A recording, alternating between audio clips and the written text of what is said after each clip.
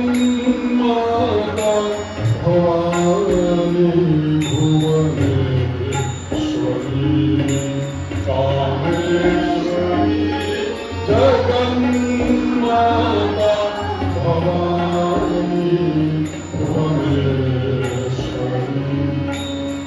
कामेश्वरी जगन्माता भवानी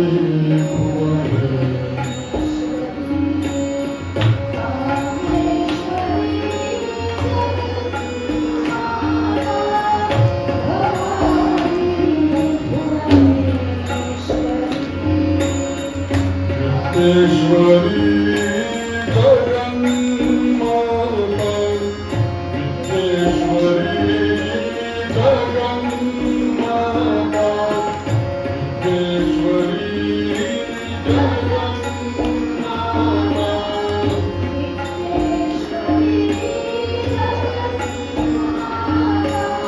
भवानी भुवनेश्वरी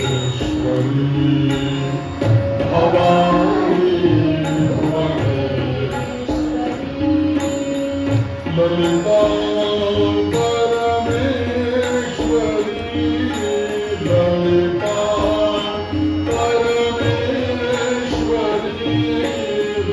ललिता परमेश्वरी ललिता परमेश्वरी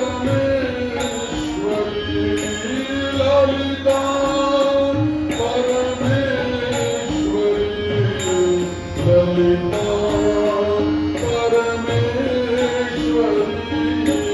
ललिता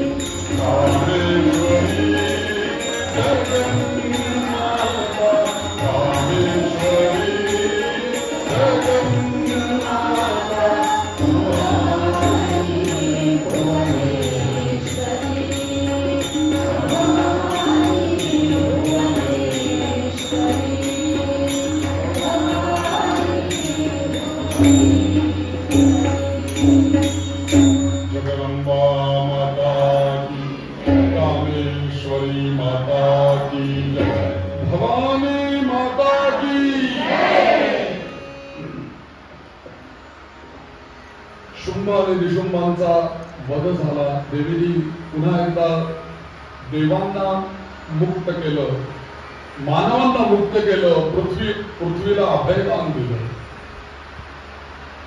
या सगळ्या कथा ज्या आहेत, या सगळ्या कथा जन्मेजय ऐकतोय आणि महर्षी व्यास सांगतायत.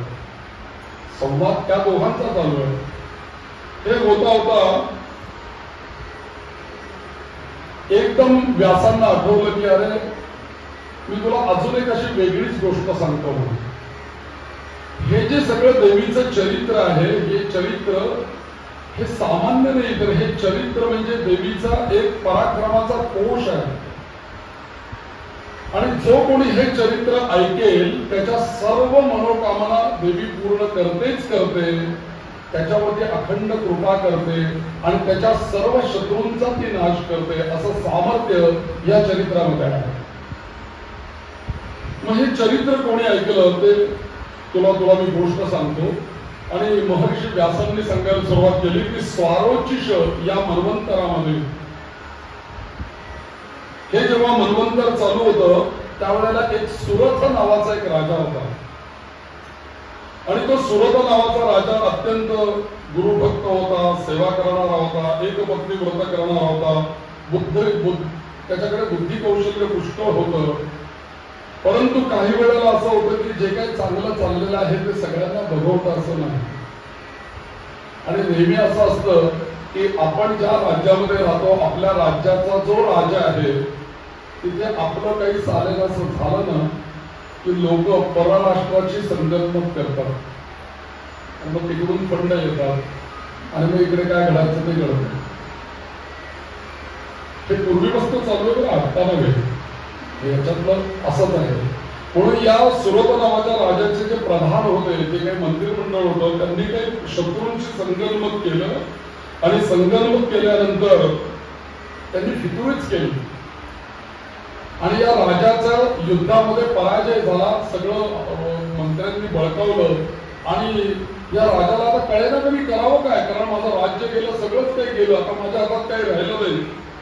म्हणून राजा तिथून निघाला आणि वनाकडे जायला लागला. एका सुंदर वनामध्ये तो येऊन पोहोचला, निबिड अरण्यामध्ये आला. किंवा कोणी मला ओळखणार नाही, कोणी बघणार नाही, कारण केवढा मोठा अवमान आहे ना की मी मोठा राजा होतो आणि काही किरकोळ कारणांनी मला माझ्या मंत्र्यांनी फसवलं, फितुरी केली आणि म्हणून माझं राज्य गेलं. आणि हा विचार करून तो अरण्यात आला एका सरोवराच्या काठावरती त्याला एक सुंदर असा आश्रम दिसला. छान आश्रम होता. या आश्रमात बघितल्यानंतर राजाने त्या आश्रमामध्ये प्रवेश केला आणि थोडी विचारपूस केली, कोणाचा आश्रम आहे, कोण राहत इथे.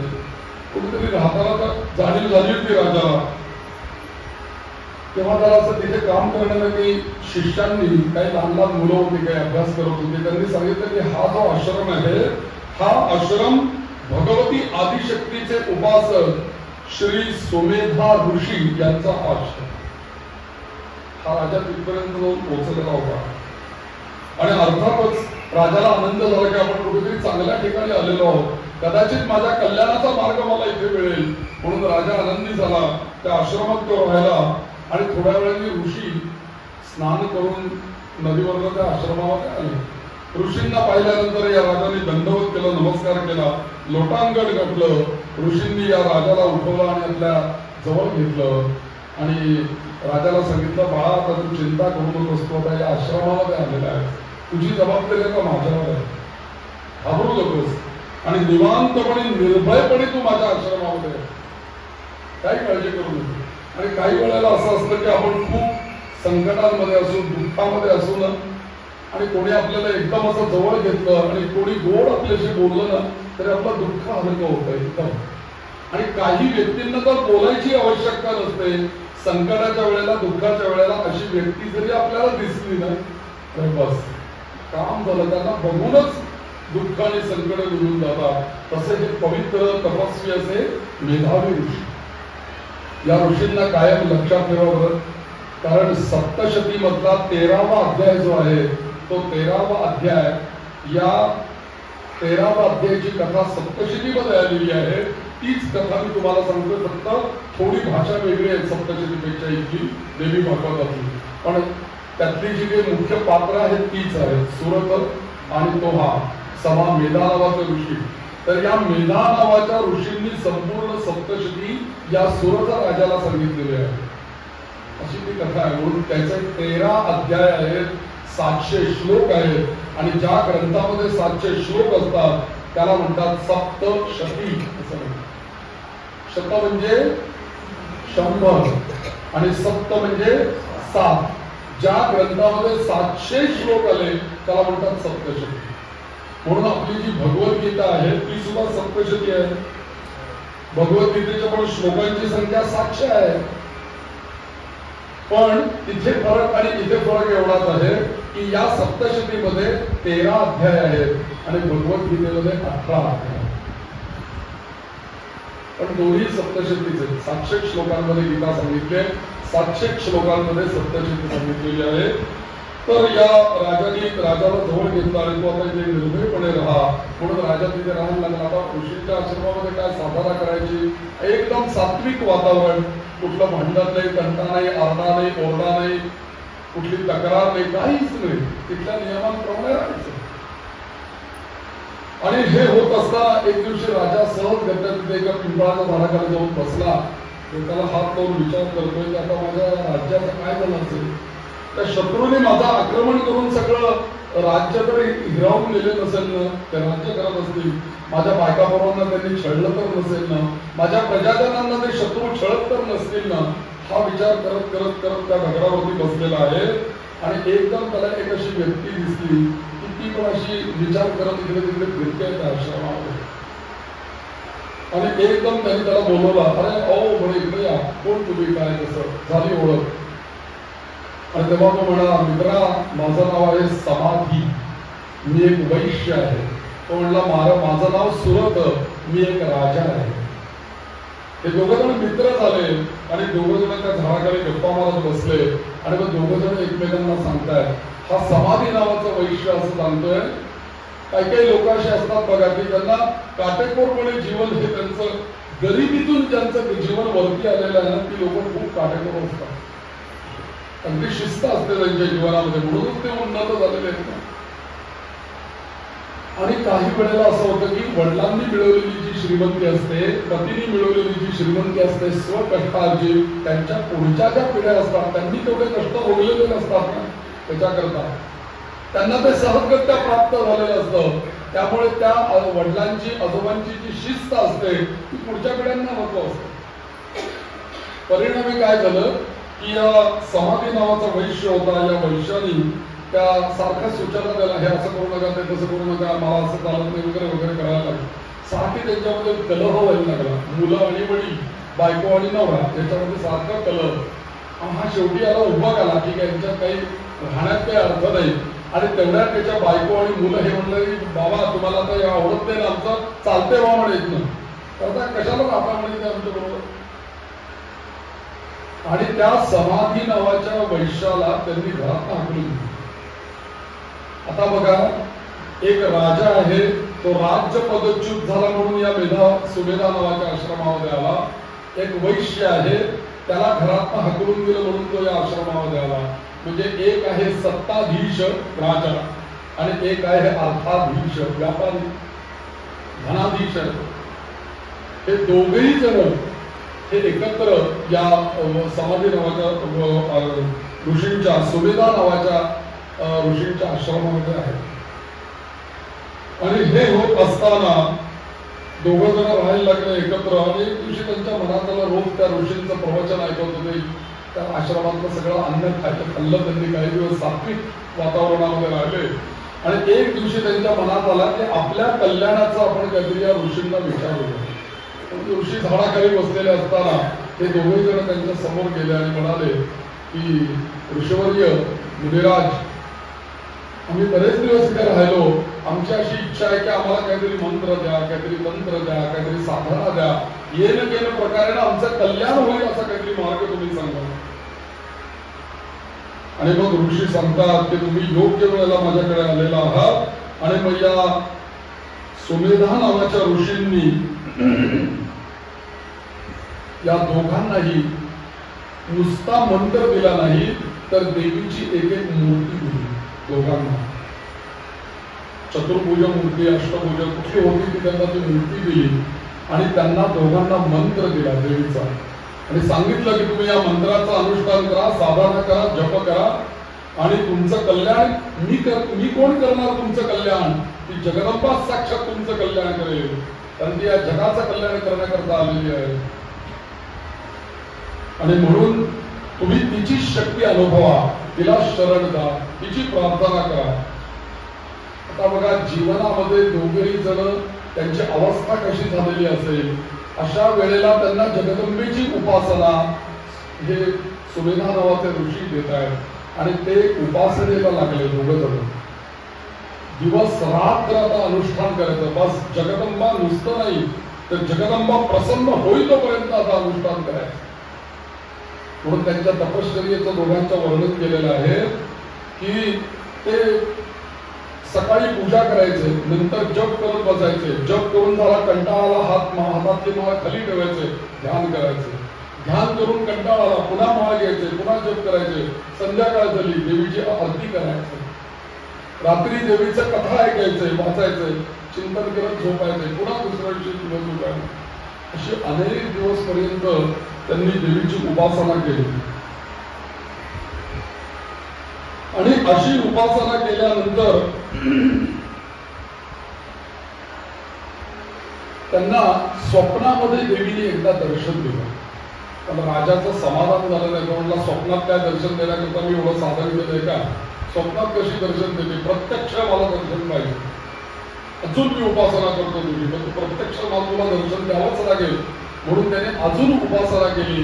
आणि पुढे असं सांगतात, उपासनेच्या एकंदरीत आपल्याकडे 4 पायऱ्या आहेत. बरं लक्षात घ्या, उपासना ही 4 पद्धतीने केली जाते. सगळ्यात पहिली उपासना काय आहे? ज्या देवतेची तुम्हाला उपासना करायची आहे ना, त्या देवतेचं ध्यान करा. ही पहिली उपासना.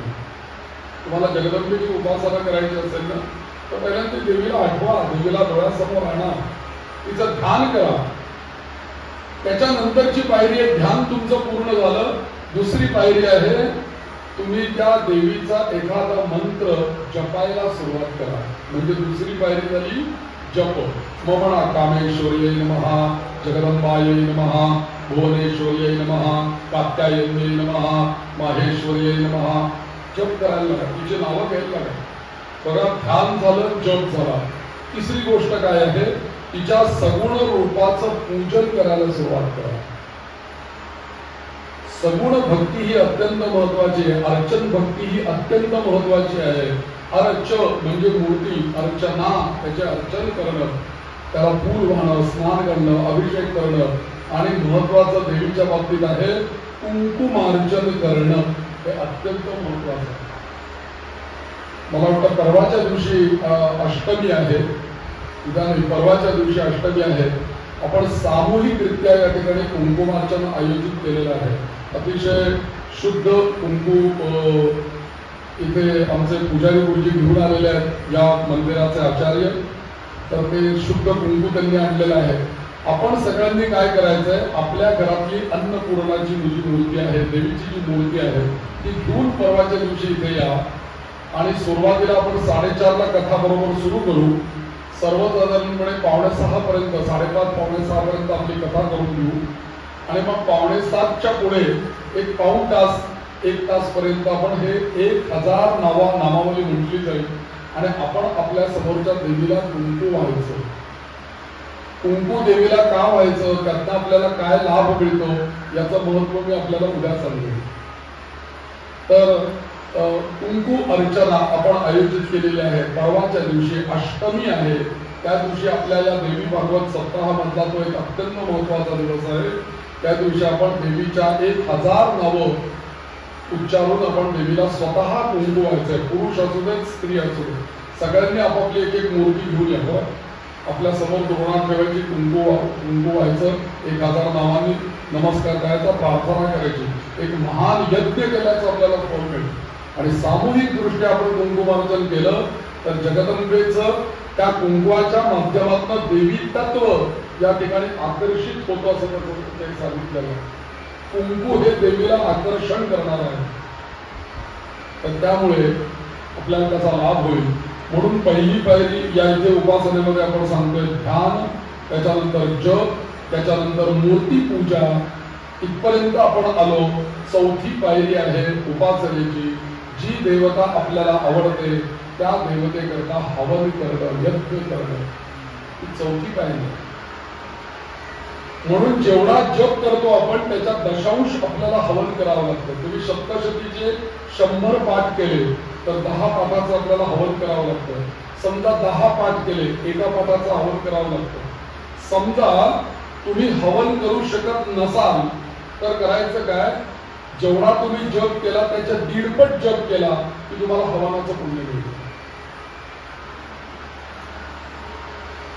1000 जप केला, 100 वेळेला तुम्हाला आहुती द्यायला पाहिजे. सुरथ आणि समाधी या दोघांनी इतके दिवस पूजाही केली, कुंकुमार्चन केलं, अभिषेक केला देवीला, देवीच्या मंत्रांचा जप केला, ध्यान केलं. आता कुठली पायरी पाहिजे होती त्यांच्या जीवनामध्ये उपासनेची? यज्ञ, हवन ही पायरी पाहिजे. आणि म्हणून दिलेला जो मंत्र होता, ऋषींनी मंत्र दिला होता ना, ऐं ह्रीं क्लीं चामुंडायैचे मंत्र दिलेला होता ऋषींनी. त्या मंत्राचा कितीतरी लाख जप झालेला होता. त्याच्या दशांश त्यांनी होम सुरू केला. आणि हा यज्ञ सुरू झाल्यानंतर यज्ञाने देवी तत्व हे जागृत झालं आणि देवी प्रगट झाली. त्या होमामध्ये ज्या ज्वाला होत्या त्या ज्वालामध्येच देवी प्रगट झाली. म्हणजे असं तेज निर्माण झालं ज्वालांचं आणि त्या ज्वालामध्येच भगवती प्रगट झाली आणि त्या दोघांशी बोलायला लागली की हे पहा, तुम्ही अतिशय सुंदर माझा अनुष्ठान केलेलं आहे, सुंदर माझी पूजा केली, सुंदर माझा जप केला, सुंदर कुंकुमार्चन केलं, ध्यान केलं. हे सगळं पाहून मी अत्यंत प्रसन्न झालेले आहे. बाळांनो, तुम्ही आता चिंता करू नका, तुम्हाला काय पाहिजे ते मला माहिती आहे.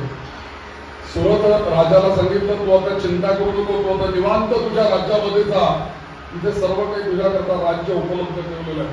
आणि समाधी नावाच्या वाण्याला तिने सांगितलं की तू पण आता चिंता करू नको, माझे घरातले लोक मला विचारतील का न विचारतील का, मला हटवून दिले, मला आता काही विचार करू नको. आता माझी कृपा तुझ्यावरती झालेली आहे, तुझ्या कुटुंबावरती झालेली आहे.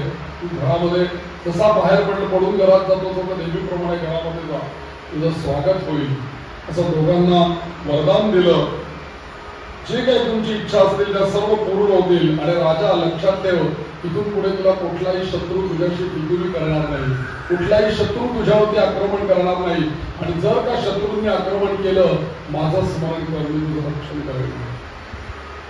म्हणून सुरथ आणि समाधी या दोघांनाही देवीने आशीर्वाद दिला, त्यांचं कल्याण केलं. जयंती मंगलाकाली भद्रकाली कपालिनी दुर्गा क्षमा शिवा धात्री स्वाहा स्वधा नमोस्तुते.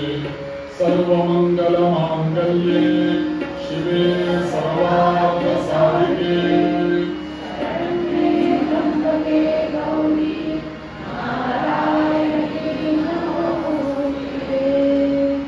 सप्तशतीमध्ये एकंदरीत 13 अध्याय आहेत.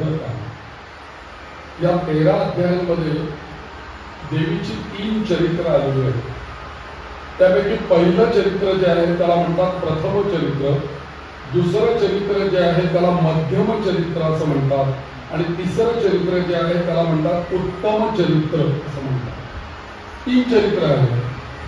या सप्तशतीमध्ये जे 13 अध्याय आहेत त्या 13 अध्यायापैकी पहिला जो अध्याय आहे त्या पहिल्या अध्यायामध्ये मी जे आता तुम्हाला कथा सांगितली ही कथा पहिल्या अध्यायामध्ये येते. बघा, हे दोघं जण सुरत आणि समाधी, हे दोघं जण त्रास त्यांना संसारामध्ये या इह लोकामध्ये झाला, म्हणून दोघं जण समाधी नावाच्या सुमेधा नावाच्या ऋषींकडे गेले आणि तिथे त्यांना या देवीचं भगवतीचं चरित्र म्हणजे कुठलं चरित्र, महिषासुराचा वध केल्याचं चरित्र, चंड मुंड शुंभ निशुंभ रक्तबीज आदी या राक्षसांचा संहार केल्याचं चरित्र हे त्यांनी सर्वसाधारणपणे सप्तशतीमध्ये दुसऱ्या अध्यायामध्ये सांगायला सुरुवात केली.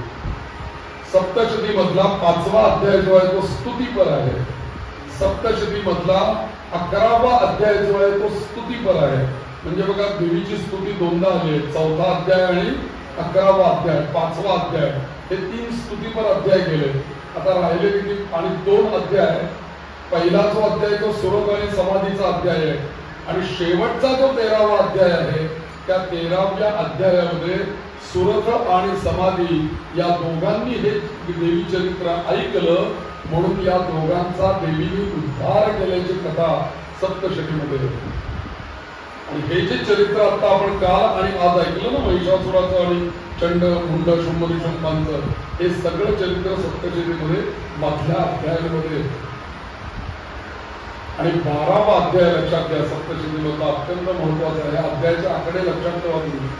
12वा अध्याय जो आहे सप्तशतीतला, तो अत्यंत महत्वपूर्ण अध्याय आहे.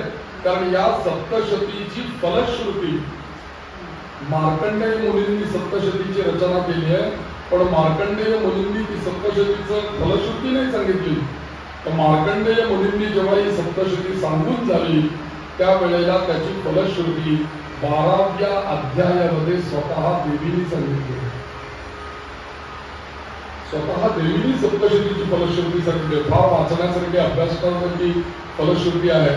देवी एकच वाक्य म्हणते, श्रुतम हरती पापानी तथारोग्यम प्रयच्छति.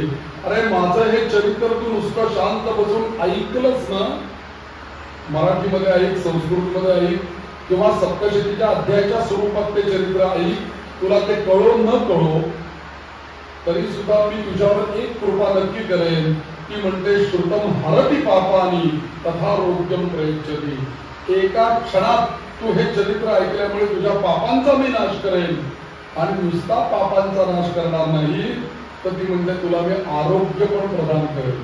सांग बघा सप्तशतीचं काय फल आहे. म्हणून सप्तशतीचा पाठ ऐकायला बसलं पाहिजे. आपण सप्तशती ऐकली पाहिजे. कोणी वाचत जर का असेल तर शेजारी बसलं पाहिजे. इथे ललिता सहस्रनाम म्हणतात तर आपण ते ऐकायला बसलं पाहिजे. खरं तर आपला पुस्तक घेऊन आपण म्हणायला पाहिजे. नाही म्हणता आलं तर ते म्हणतात तर आपण ऐकायचं. ऐकण्याने खूप गोष्टी साध्य होतात. आणि देवी स्वतः सांगते, ऐकण्याने माझी कृपा होते आणि ऐकण्याने सर्व पापांचा नाश होतो. इतकंच नव्हे, जिथे हे देवी चरित्र सांगितलं जातं, वाचलं जातं, ऐकलं जातं, जे ऐकणारे आहेत, जे वाचणारे आहेत, वाद्यवादन करणारे पण, या सगळ्यांना माझं सान्निध्य प्राप्त होतं म्हणून सांगितलं. ते माझ्या पदरकरांवर तिने सांगितलं की माझं सान्निध्य प्राप्त होईल या सगळ्या. म्हणून अत्यंत महत्वाचं जर काही असेल तर देवीचं चरित्र आहे आणि ते गायलेलं आहे या सप्तशतीमध्ये. नमोस्तु सततं जगदम्बिकायै, नमोस्तु सततं नमोस्तु सततं जगदम्बिकायै, जगदम्बिकायै, नमोस्तु सततं जगदम्बिकायै.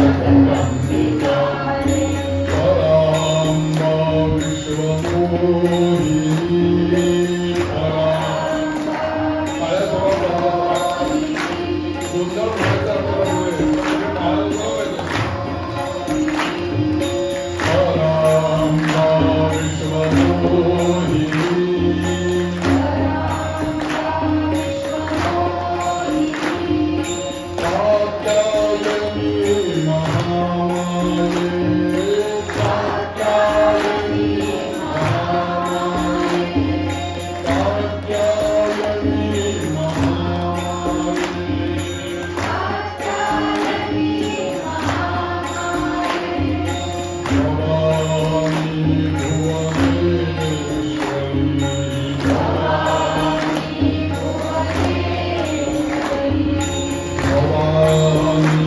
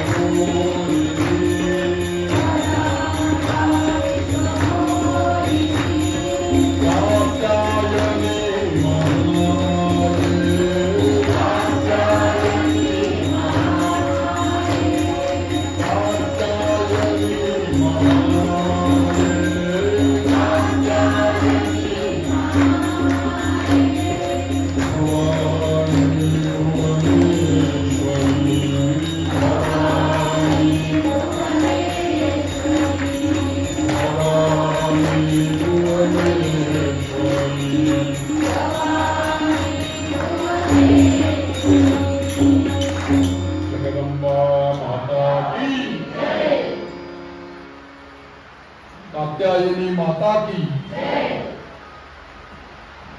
याच्या पुढे या सुरत आणि वैश्य या दोघांचा उद्धार देवीने केला. वेदा ऋषींनी त्यांना उपासना दिली देवीची आणि त्यांचं कल्याण झालं. म्हणून देवीची सगुण पण उपासना करा. केवळ देवीचं नाव घेणं अयोग्य, बरोबर, नामस्मरण, पण देवीच्या मूर्तीची पण पूजा करायची. म्हणून कुंकुमार्जन ठेवलंय. तुमच्याकडनं सगुण पण उपासना व्हायला पाहिजे. ही निर्गुण उपासना चालूच आहे, मंत्र उपासना चालूच आहे, आपण सगळेजण नामस्मरण पण करतोच आहे. आता सगुण मूर्ती आपल्या घरातली घेऊन या आणि त्याच्यावर कुंकुमार्चन करा. आपण इथे आपल्या घरातली मूर्ती घेऊन आलो आणि इथे कुंकुमार्चन केलं ना, त्याचं महत्व असं आहे की त्या देवीमध्ये देवी तत्व प्रगट होईल. आणि अशी म्हणजे थोडक्यात म्हणजे ती देवीच्या ऊर्जेने आपली घरातली मूर्ती परिपूर्ण होईल. आणि अशा देवीच्या ऊर्जेने भारलेली ती मूर्ती आपण जेव्हा आपल्या घरामध्ये घेऊन जवळ घेऊ जागेवर, त्याच्यानंतर ती आपल्या कल्याण करेल. तिची प्राणशक्ती, तिची ऊर्जा, तिची शक्ती सगळी वर्धापित होईल. असं सामर्थ्य कुंकुमार्चनावर. त्यामुळे कुंकुमार्चन पर्वाचं चुकवू नका. कोणी इकडे तिकडे असतील, आज कोणी आलेले तर त्यांना आठवणही करायची. उद्याचा दिवस मध्ये आहे, परवाच्या दिवशी आपल्याला कुंकुमार्चन करायचं आहे. आणि सामूहिक कुंकुमार्चन घरातली मूर्ती घेऊन यायचं. हा पण निरोप द्या सगळ्यांना. जगदंबा माता की जय. आता याच्यानंतर व्यास महर्षी या जन्मेजयाला कथा सांगतात. विरूपाची, विश्वरूपाची कथा. विश्वकर्माचा एक मुलगा होता, त्याचं नाव होतं वृत्रासुर. हा मोठा वीर पुत्र होता आणि तो महात्मा असूनही देवराज इंद्राने त्याला मारला. आता इथे बरेच वेळेला असं आपल्याला लक्षात येते की इंद्राला बुद्धी होते. तो साधक कोणी साधना करायला लागले तर त्याच्या साधनेमध्ये जाऊन विक्षेप आणतो. असं आपण बऱ्याच वेळेला कथा बघितल्या गेल्या 2-3 दिवसामध्ये. आपण सुरुवातीला जे देवीचं ध्यान केलेलं आहे त्याच्यामध्ये आपण काय म्हटलं, बुद्धी यान प्रचोदयात, अशी भागवताला सुरुवात केली आपण त्या दिवशी. म्हणजे ती जगदंबा आमच्या बुद्धीला वेगवेगळ्या प्रकारच्या चालना देणारी जगदंबा आहे. मग कोणाला ती कर्म वेगवेगळं करण्याची चालना देते. ती असं का करते, का त्या वृत्रासुराला त्यांनी त्या इंद्राच्या हातनं मारला गेला, का त्याच्या हातनं तेवढं पातकही त्या महिषासुराकडनं होणं महत्वाचं होतं, म्हणून त्याला तशी बुद्धी दिली. आणि नंतर त्याला त्याचा मदत करायला ती स्वतः आली. ती बुद्धी देते, दोघांनाही बुद्धी देते, असुरांनाही बुद्धी देते, देवांनाही बुद्धी देते. तर ही सगळी बुद्धी कशी कोणाला काय प्रेरणा देते ते या कथांमधून आपल्याला लक्षात येतं. म्हणून ती वृत्रासुराची कथा या ठिकाणी जन्मेजयाला सांगतात की एक लक्षात ठेवणे, जन्मेजया विष्णू आणि इंद्र यांनी कपट करून त्रिशिरा आणि वृत्रासुर यांना मारलेला आहे. आता त्रिशिरा कोण? शिर म्हणजे काय? डोकं. आणि त्रि म्हणजे काय? 3. त्रिशिरा म्हणजे काय? 3 डोकं असलेलं. जसं दत्तात्रेयांची 3 मुख आहेत त्यांची, तसं त्रिशिरा आणि वृत्रासुर हे दोघांनाही मारलेलं आहे. मग त्यांचा जन्म कसा झाला काय? हा त्रिशिरा विश्वरूप या नावाचा पुत्र जन्माला कसा घातला यांनी, त्याच्या कथा त्यांनी पुढे सांगितल्या. आणि हा जो त्रिशिरा जो काही होता हा कसा जन्माला आला, हा विश्वकर्मा जो होता प्रजापती त्वष्टा हा देवांचा विश्वकर्मा बर का. विश्वकर्मा म्हणजे कोण, देवांचं घर बांधणारा. आणि तो उत्कृष्ट शिल्पकार होता. आणि इंद्राचं आणि त्याचं कधी पटलं नाही या विश्वकर्म्याचं आणि इंद्राचं. आणि त्यामुळे त्यांनी काय केलं, तपश्चर्या केली आणि त्याने असा एक यज्ञाला म्हणजे अग्नीला असा पुत्र मागितला. त्रिशिरा नावाचा एक विश्वरूप, त्रिशिरा विश्वरूप या नावाचा एक पुत्र त्यांनी जन्माला घातला. त्याला 3 तोंड होती आणि 3 तोंडाने तो 3 कामं वेगवेगळी करत असे. 3 तोंड एका वेळेला वेगवेगळं काम करतात. एका तोंडाने तो वेद पठन करतो, दुसऱ्या तोंडाने तो सुरापान करतो आणि तिसऱ्या तोंडाने तो चारी बाजूला पाहत राहतो. हे सगळं रूपकात्मक आहे बघा. तो वेदही म्हणतोय, सुरापानही करतोय आणि चारी बाजूला तो अवलोकनही करतोय. अशी त्याची 3 तोंड. आणि लगेचच त्याचा तो जन्म अग्नीपासून प्राप्त झालेला दैदिप्यमानाचा तेजस्वी तो पुत्र तो तपश्चर्या करतात जन्माला आलेला होता. आणि तो काय त्यांनी जन्माला आल्याबरोबर लगेच तो तपश्चर्येमध्ये मग्न झाला. आता इंद्राला यांनी तपश्चर्या करायला लागल्यानंतर इंद्राच्या पोटात लागलं दुखायला, आपली खुर्ची जाते की काय, आपल्यावर हा जर का तपश्चर्या करून आला विश्वकर्माचा मुलगा, तर माझी इंद्रनगरी सगळी विश्वकर्म्यांनी बांधलेली आहे, त्याचा अधिपती याला करून टाकेल त्रिशिराला, मग मी कुठे जाऊ. म्हणून त्यांनी सुरुवातीला तपश्चर्येमध्ये विघ्न आणायचं म्हणजे वासना. वासनेमुळे आपल्या भक्तीमध्ये, पूजेमध्ये, तपश्चर्येमध्ये विघ्न येतात. म्हणून या इंद्राने काय विचार केला, हा त्रिशिरा जिथं तपश्चर्येला बसलेला आहे ना, तिथं पहिल्यांदा अप्सरा पाठवून दिला. पण अप्सरांनी बघितलं काही त्याला, त्याचं लक्ष आपल्याकडे त्याच्याशी बरीच त्यांनी अप्सरांनी नृत्य केलं, गाणी म्हणली, सगळं काही केलं, पण त्यांनी काही लक्ष दिलं नाही. तो आपला त्याच्या तपश्चर्येमध्ये ध्यानच नव्हता. अप्सरांना सुद्धा नंतर भीती वाटली की आपण जर का जास्तीत त्याला त्रास दिला तर डोळे उघडून आपल्याला शाप देईल. म्हणून त्याही तिथनं निघूनच गेल्या. त्या म्हणलं आपलं काही ऐकत नाही. इंद्राला सांगितलं. इंद्रा म्हणाला जा, तुम्हाला काही जमत नाही, मी जातो स्वतः. म्हटला काय बघतो कोण त्रिशिरा आहे. आणि विचार करत जिथे त्रिशिराचा तपश्चर्या करत होता तिथे हा इंद्र आला. आणि इंद्राने काय केलं, एक पापकृत्य या इंद्राकडनं घडलं. आणि इंद्राने स्वतःचं वज्र घेतलं आणि हा जप करणारा जो होता त्रिशिरा त्याच्यावरती ते वज्र चालवलं. आता हा तपश्चर्या करणारा, त्याच्यात इंद्राने त्याच्यावर वज्र चालवलं. धाडकन तो खाली पडला. बसला होता ध्यानस्थ, वज्र चालवल्याबरोबर तो खाली पडला. पण खाली पडल्यानंतर सुद्धा त्याचं जे तेज होतं, म्हणजे ध्यानाला बसल्यानंतर जे तेज होतं त्याच्यापेक्षा तो खाली पडून मृत्यू पावल्यानंतर त्याचा तेज जास्तीच वाढलं. आणि हे इंद्र पाहूनच त्या तेज पाहिलं इंद्राने. इंद्रालाच भय निर्माण झालं की आता काय काय होत आहे का पुढे. म्हणून इंद्र त्याच्याकडे व्याकुळतेने बघायला लागला. आणि काही करून याची 3ही मस्तकं छाटली पाहिजे, तर हा पूर्णपणे मरेल, आता पुन्हा जिवंत होईल आणि माझ्याकडे येईल. वज्राने याच्यावर काही परिणाम झालेला दिसत नाहीये. आणि म्हणून त्याने काय केलं, त्या देवतांचा जो शिल्पी होता त्या शिल्प्याला बोलवून आणि सांगितलं जा त्याचं 3ही मस्तकं तोडून टाकू. तो म्हणाला की पहा, तुम्ही आधी पाप केलं, तप करणाऱ्या एका चांगल्या याच्या मुलाला तुम्ही मारलं, हे तुम्ही पाप केलंय. आता मला पुन्हा पाप करायला लावता जाऊन त्याचं मस्तक तोडा, म्हणून मी नाही करणार आहे पाप. मला नाही का पाप लागणार त्या तपश्चर्या करणाऱ्याचं शिर जर का मी वेगळी केलं, धडा वेगळं केलं तर मी नाही हे पाप करणार. इंद्र म्हणाला की तू पापकृत्य करणार आहेस, तुला लागेल ते धन घे माझ्याकडनं, पण तुला हे काम केलंच पाहिजे. इंद्राने त्या शिल्पी जो होता त्याला भरपूर धन दिलं आणि मोबदला दिला. आणि त्यांनी त्याला पाठवलं आणि तो गेला तिथे. आणि खरोखर त्याच्या मनात नव्हतं, इंद्राने पाठवलंय धनाच्या लोभाने का होईना त्यांनी त्या त्रिशिराची 3ही तोंड जी काही होती ती त्यांनी धडावेगळी केली. घटना अशी घडली की त्याची शिर त्या घरापासून वेगळी झाल्याबरोबर त्याच्या तीनही तोंडांमधनं असंख्य पक्षी बाहेर आले. त्याने असं सांगितलं, कलबिंक, तित्तीर आणि कपिंजल असे 3 प्रकारचे पक्षी 3 तोंडातनं बाहेर पडले. ज्या तोंडातनं तो वेद पठण करत असे, सोमपीठ असे, त्याच्यातून कपिंजल पक्षी बाहेर पडले. सर्व दिशांकडे बघणारं जे तोंड होतं त्याच्यामधून तित्तीर नावाचे पक्षी बाहेर पडले आणि ज्या मुखाने तो सुरापीत होता त्याच्यातून कलबिंक नावाचे पक्षी बाहेर पडले. उडून गेले पक्षी. आणि मग मात्र इंद्राला जर बरं वाटलं की आता खऱ्या अर्थाने तो मारला गेला.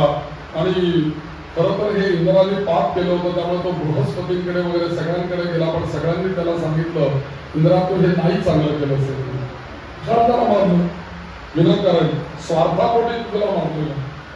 स्वार्थ म्हणजे लोभ, लोभापोटी आहे ना, लोभापोटी त्यांनी हे कृत्य केलं. आणि मग मात्र असं कृत्य केल्यानंतर त्याचे वडील जे होते त्वष्टा, ते म्हणले माझा एक मुलगा तू मारलास का, पुन्हा मी तपश्चर्या करतो, आता दुसरा मुलगा मी आता जन्माला घालतो की तो तुला मारेल. म्हणून ते तपश्चर्याला बसले.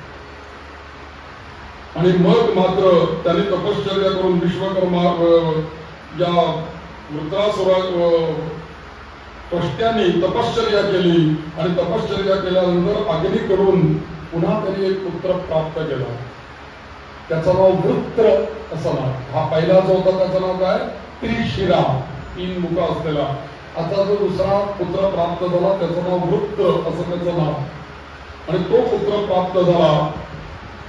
आणि तो पुत्र प्राप्त झाल्यानंतर तो बाहेर आला अग्निकुंडातनं आणि म्हणाला, बाबा मला आज्ञा करा, काय करू मी सांगा. तर त्यांनी सगळी कथा सांगितली की तुझा जो मोठा भाऊ होता ना त्रिशिरा, त्याला असं असं कपट करून या इंद्राने मारलेलं आहे, तेव्हा काही करून त्या इंद्राला मार, त्याच्याकरता मी तुला जन्माला घातलेला आहे. तेव्हा तो म्हणाला, बाबा एवढंच का. इंद्र म्हणे किरकोळ आहे माझ्यासमोर, बलाढ्य शक्तिमान आहे मी, म्हणे जातोच म्हणे मी.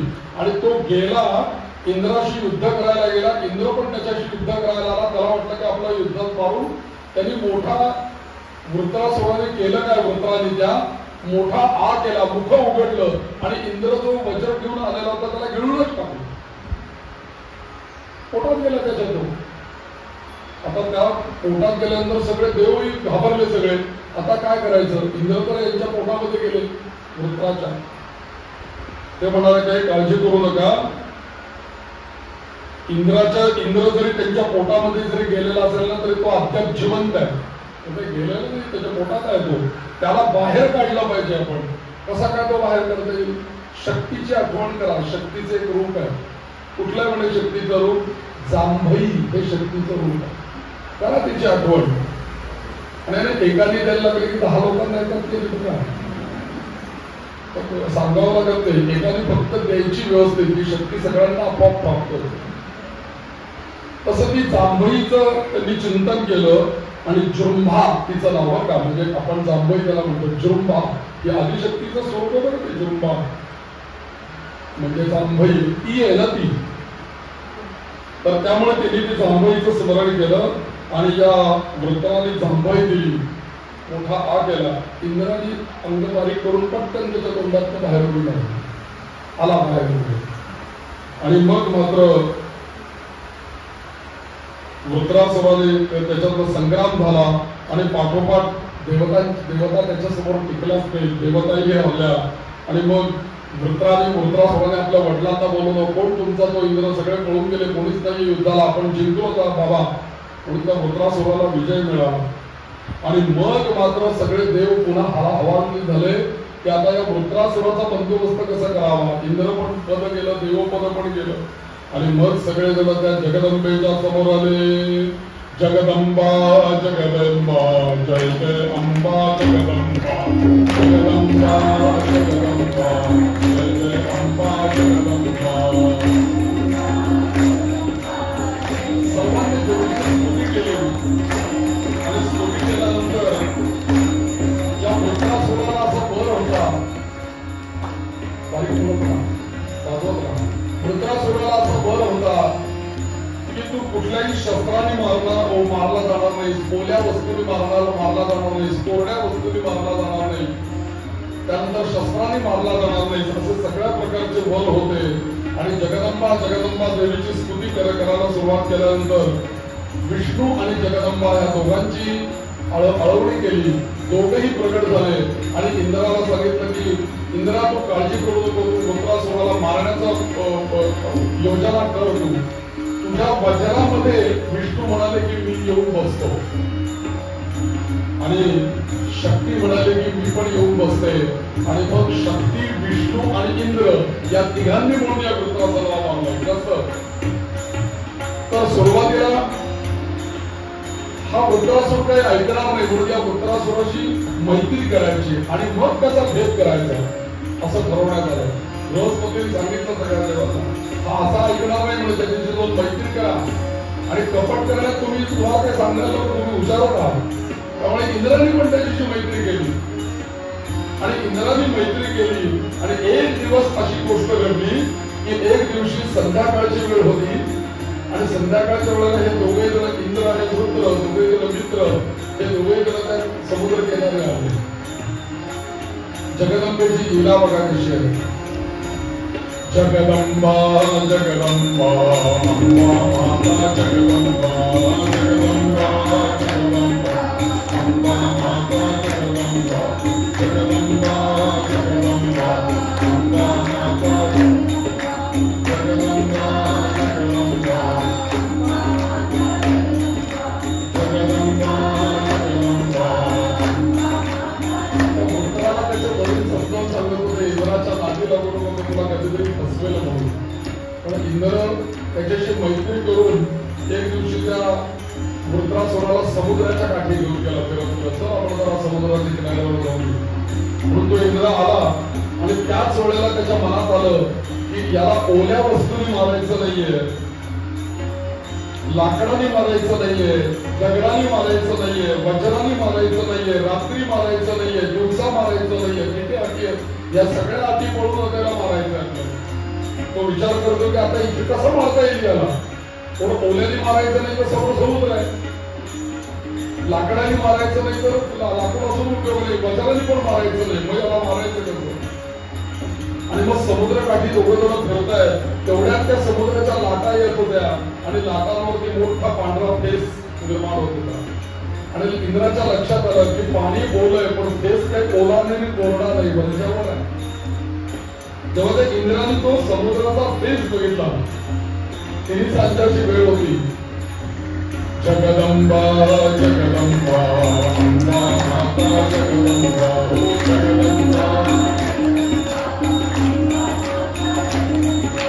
जगदंबा जगदंबा अंबा माता. त्या इंद्राने दोन्ही हाताने तो फेस हातामध्ये घेतला समुद्राचा आणि जगदंबा तिथं स्मरण केलं की जगदंबा त्या फेसामध्ये गेली. जगदंबा जगदंबा अंबा माता जगदंबा जगदंबाच्या फेसामध्ये आली. पराशक्ती भुवनेश्वरी ती त्या फेसामध्ये आली. कारण तो फेस कोरडाही नव्हता आणि ओला पण नव्हता, असा होता. त्याला मिळालेल्या वराप्रमाणे तो होता आणि भक्तिभावपूर्वक त्याच्या पराशक्तीचं भुवनेश्वरीचं फेसामध्ये आवाहन केलं आणि विष्णू त्याच्या वज्रामध्ये अधिपस्तच होते. म्हणजे विष्णू पण होते, फेसामध्ये जगदंबा पण होती आणि ते फेसामधलं वज्र ते काय केलं, त्याने तो सगळा फेस घेतला, जगदंबेचं स्मरण केलं आणि आपलं जे वज्र होतं त्याला त्याचं लेपन करून टाकलं, त्याला त्याचं गुंडाळून टाकलं त्या फेसामधल्या वज्राला. आणि मग मात्र ते वज्र हातामध्ये घेतला आणि या वृत्रासुरावर त्याचा प्रहार केला. आता त्याच्या अटीमध्ये सगळं बसलेलं होतं, कारण ओलं नाही, कोरडा नाही, लाकूड नाही, काहीच नाही.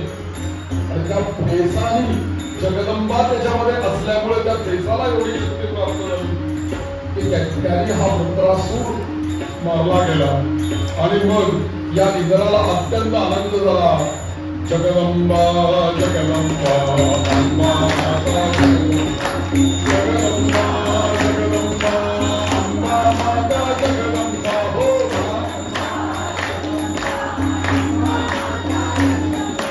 जगदंबा जगदंबा अंबा माता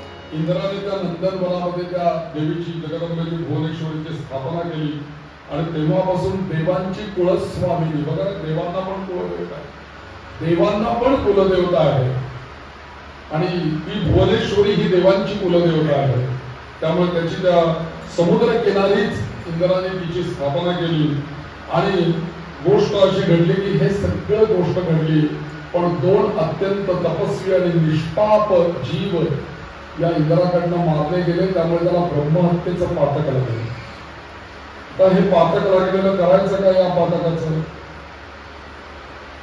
म्हणून इंद्राने विचार केला आणि आपण आता कोणाला तोंड दाखवायला जागा नाही सगळे विचारतील जो तो विचारतो कशाला मारला त्या दोघांना आणि परत जगदंबेला विष्णूंना घेऊन मारले विष्णूचं तेव्हा हे त्याला मारल्याबरोबर जे गेले ते वैकुंठात दरवाजा लावूनच आत बसून राहिले मी नाही बाबा त्यातला मला काही पातकाला संबंध नाही हे खरंच नाही ते गुहेमध्ये निघून गेले जगदंबा मणिद्वीपामध्ये निघून गेली राहायला इंद्र लोक त्याला विचारणार ना का मारला बाबा तू या निष्पाप जीवांना तपश्चर्या करणाऱ्या जीवांना आणि मग या इंद्राने विचार केला की आता आपण हे थोडंसं लोकांना काही तोंड दाखवायला आपल्याला जागा नाही आता आपण इथे थांबायलाच नको म्हणून इंद्र विचार करत करत करत मानस सरोवरावरती गेला आणि मानस सरोवरावरती तिथे येत असलेल्या कमळाच्या फुलामध्ये जाऊन गुप्त रूपाने तिथे जाऊन आता कोणाला तोंड दाखवायचं नाही काय इकडे इंद्र दरबार होता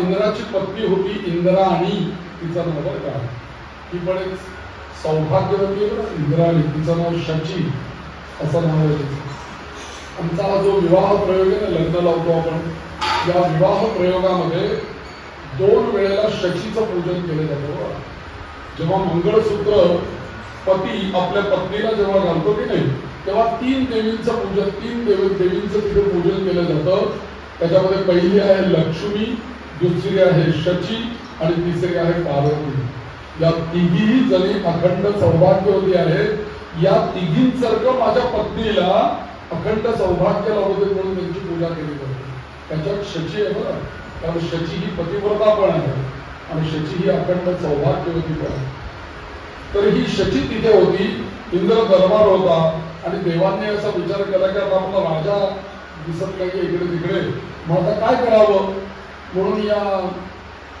देवांनी विचार केला की नहुष नावाचा एक राजा आहे तो स्वर्गात आलेला आहे त्याच्या पुण्याईमुळे नहुषालाच इंद्र करूया सध्या तो येऊस्तो काम तर चालू राहिलं ना राज्यकारभार कोण सांभाळणार म्हणून या नहुषाला त्यांनी इंद्राच्या पदावरती बसवलं आणि कारभार सुरू झाला स्वर्गातला पण आता असं आहे की स्वर्गात तपश्चर्या करून इथून तिथे मानव गेला तो बसला त्या आसनावरती पण इकडे तिकडे बघता त्या नहुषाला एक दिवशी इंद्राची पत्नी ही इंद्राणी शची दिसली आणि तो म्हणाला हे इंद्र दरबार माझा आहे हे सिंहासन आता माझा आहे मी इंद्र आहे मी या स्वर्गाधिपती आहे मग ही स्त्री जी आहे ती शची म्हणजे इंद्राची पत्नी आहे त्यामुळे ही पण पत्नी माझी मी आता इंद्र नाही का त्यामुळे ही दुसरा इंद्र आहे कुठे इंद्र मीच आहे इंद्र इथला त्यामुळे तिने मला वश व्हावं आणि माझ्याशी विवाह करावा त्यांनी विचारलं तिला की बाबा तू आता तुला आता असं एकटीला राहता येणार नाही मी इंद्र आहे मी तुझा पती आहे त्यामुळे तुला माझ्याबरोबर राहायला पाहिजे ती म्हणाली मी तर पतिव्रत आहे कसा राहता येईल मला तुझ्याबरोबर शक्य नाही ती म्हणाली की मला माहिती आहे मला सौभाग्य कोणामुळे मिळालेलं आहे मी तिला शरण जाते मग ती काय सांगेल ते मी बघतो आणि म्हणून शची सरळ आपल्या मंदिरामध्ये गेली देवघरामध्ये आणि कुळदेवी समोर उभा राहिली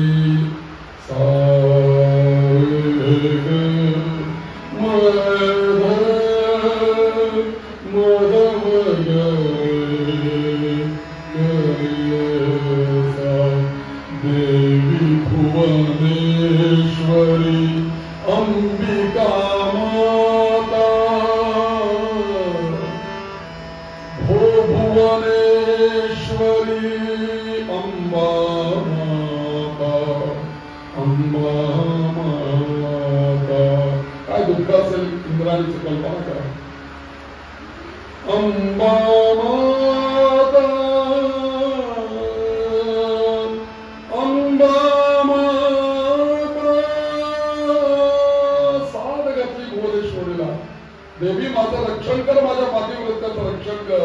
हा नवीन जो इंद्र आलाय नहुष, तो माझ्याकडे वाईट नजरेने बघतोय आणि तो मला गिळंतृत करायला बघतोय, काहीतरी मला उपाय सांग. तेव्हा देवी म्हणाली, बस म्हणले, मी तुझ्यावर प्रसन्न झालेली आहे. जगदंबा माता की जय, मी सांगते तसं कर. आता माझी ही दुती घे, म्हणजे सेविका, आणि हिला घेऊन जा. तुझा पती कुठे मी तुला सांगते. मानस सरोवरावरती एका कमळाच्या वनामध्ये लपून बसलेला आहे. तिथे जाऊन त्याला भेट. आणि गेली इंद्राणी तिथे, आणि इंद्राणी तिथे गेल्यानंतर भेटली इंद्राला. इंद्रालाही आनंद. तू म्हणा इथे कशी आली, तू तुला कोणी सांगितलं मी इथे आहे म्हणून? कोणालाच माहित नाही, तुला कसं काय कळलं मी इथे आहे म्हणून? तर ती म्हणाले की मला कोण सांगणार, जगदंबा आपल्या कुलदेवीने मला इथपर्यंत आणलं. लक्षात घ्या पुन्हा, की आपल्याला कोणत्याही समस्या निर्माण होऊ नये, आपण आपल्या कुलदेवीला शरण गेलं पाहिजे. तुम्ही मनापासून तिला आळवा. न तातो न माता न बंधुरे न दाता न पुत्रो न पुत्री न भृत्यो न भरता न जाया न विद्या न वृत्तिरे ममैव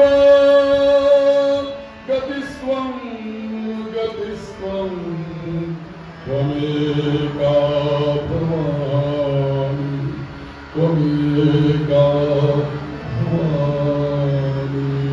तिची प्रार्थना करा, आई तुम्हाला मार्ग दाखवेल. ती त्या इंद्रापर्यंत गेली, इंद्राला भेटली. इंद्र म्हणाला, भुवनेश्वरीने तुला इथं आणलं का? बरं ठीक आहे म्हणा, आता तू काही काळजी करू नको, तू जा इंद्राकडे, नहुषाकडे, म्हणजे खोट्या इंद्राकडे जा आणि त्याला सांग की माझा पती कुठे आहे, मला तो जिवंत आहे का, स्वर्गवासी झाला का, कुठे पाताळात गेला, मला माहित नाही. तो असला तर आणि तुझ्याशी लग्न केलं तर पंचायत येईल ना.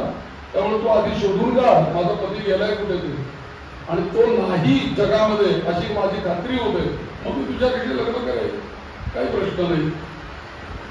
असं त्याला सांगितल्याबरोबर त्याला खरंच वाटलं ते. तू शोधाशोध सुरू झाली इकडे तिकडे, पण तिथपर्यंत त्यांनी शोधून काढलं. मानस सरोवरापाशी आहे. त्यांनी सांगितलं, ती म्हणाली जाऊ दे, तो तिकडे बसलाय, पण तुला मी जर का तुम्हाला विवाह करून जर का पाहिजे असेल तुमच्याशी, तर एक काम करा म्हणे. भुवनेश्वरीनी स्वप्नामध्ये येऊन शचीला उपाय सांगितला. उद्या तू असं कर, त्या नहुषाच्या समोर जाऊन उभी राहा आणि फक्त म्हण की आजपर्यंत कोणाचंही वाहन पाहिलं नाही, असं वाहनामध्ये मी तुम्हाला माझ्याकडे आलेलं पाहायचं, काहीतरी अट. आणि मग देवीनी सांगितलं तिला की त्याला असं सांग की तुझ्या पदरी जे स्वर्गात सगळे ऋषीमुनी आहेत ना, त्यांना एकत्र कर, एक मोठी पालखी बनव आणि ती पालखी त्या ऋषीमुनींच्या खांद्यावरती दे आणि त्या पालखीमध्ये तुम्ही बसा आणि मग माझ्याकडे या, मग मी तुम्हाला मार्ग देईन. एवढा मोठा पण. आता पुढे काय घडायचं होतं जगदंबेला माहिती, तिला माहित नाही शचीला. तिने सांगितल्याप्रमाणे नहुषाला झाली. नहुष म्हणाला, हा ते सगळे माझे सेवकच आहेत, मी बोलवलं की येतील, मी सांगेन ते काम करायला सगळे तयार आहेत, काय चिंता करतो. म्हणून लगेच सगळ्या ऋषींना त्यांनी बोलवलं आणि ऋषींना बोलून सांगितलं, मी आता तुमच्या पालखीमध्ये बसतो, माझी पालखी तुम्ही घेऊन चला म्हणून. आणि मग हा नहुष त्या पालखीमध्ये बसला. ऋषीमुनी आपले खांदा दिला त्या पालखीला, आणि खांदा दिल्यानंतर आता ऋषीमुनी तपश्चर्या करणारे, जपजाप्य करणारे, यज्ञ करणारे, त्यांना काय पालखी व्हायची सवय आहे का? त्यांचं काही काम आहे का? ते जरा थोडे लडकायला लागले पालखी घेतल्यानंतर. हा तिथे बसलेला आणि सारखा म्हणायचा, सर्प सर्प सर्प, म्हणजे लवकर चला लवकर चला. त्याला घाई झाली होती इंद्राणीला भेटण्याची, आणि त्यातल्या त्यात ऋषी चाललेले तर त्याने हातामध्ये छडी ठेवली होती. चाललेले की मागे असं करता करता सर्प सर्प, लवकर चला लवकर चला, सर्प सर्प सर्प म्हणत होता. आणि असं होत असताना तिथे नेमके समुद्राला गिळणारे लोपामुद्राचे पती अगस्ती मुनी तिथे होते पुढे, आणि त्यांनी त्यांना पाच मारली मागे, सर्प सर्प सर्प नहुषाने. आता अगस्ती मुनी ज्यांनी समुद्र गिळलाय का ते काय सांगेत का? हा नहुष काय त्यांच्या समोर? त्यांनी एकदम पालखी ठेवली खाली, म्हटले तू खाली उतर, म्हटलं मी सांगतो तुला काय ते. आणि असा संतापले ते आणि म्हटले तू दुराचार्य, म्हटले नहुषा माहिती का म्हटलं तुझे या इंद्रपदावर बसण्याची? कोण तू नहुष राजा? पृथ्वीवर इथे आलाय, फार पुण्य केलं समजतोस काय? आता मी तुला शाप देतो म्हणे, ज्या अर्थीमध्ये तुम्हाला सर्प सर्प सर्प सर्प असं म्हणतायत ना, जा म्हणे पृथ्वीवरती तू मोठा अजगर होऊन पडशील आता. बरोबर जगदंबेने काम करून घेतलं. इकडे शचीला प्रेरणा दिली, तिकडे इंद्राला प्रेरणा दिली. चला मोकळं झालंय सगळं, तुमची सीट मोकळी झालेली आहे, या आणि बसा तुमच्या जागेवरती. त्या इंद्राला तिथे जगदंबेने दर्शन दिलं, त्याला तिकडनं आणला. शचीला मुक्त केलं या नहुषाच्या याच्यातनं, आणि इंद्र आणि इंद्रा हे पुन्हा आपल्या स्थानावरती स्थानाबंद झाले आणि पुन्हा इंद्र दरबार सुरू झाला. हे सगळं घडवतं कोण आणि करतं कोण? तर ती जगदंबाच हे सगळं घडवणार असते. म्हणून सातत्याने वेगवेगळ्या रूपाने आपण तिला कायम शरण केलं पाहिजे. आणि जगदंबेला आवडणाऱ्या अनेक गोष्टी आहेत.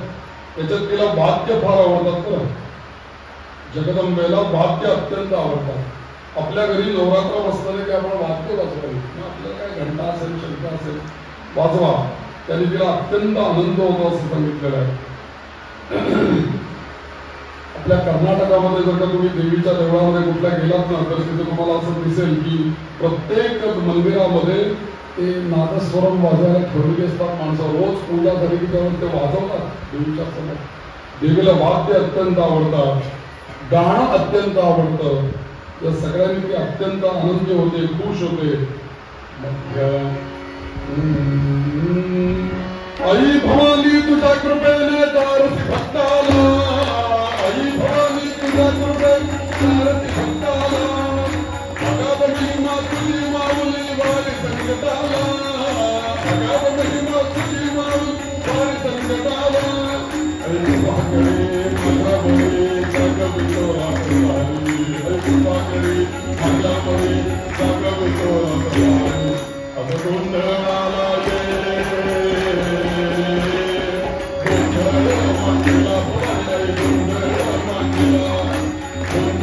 Manjula,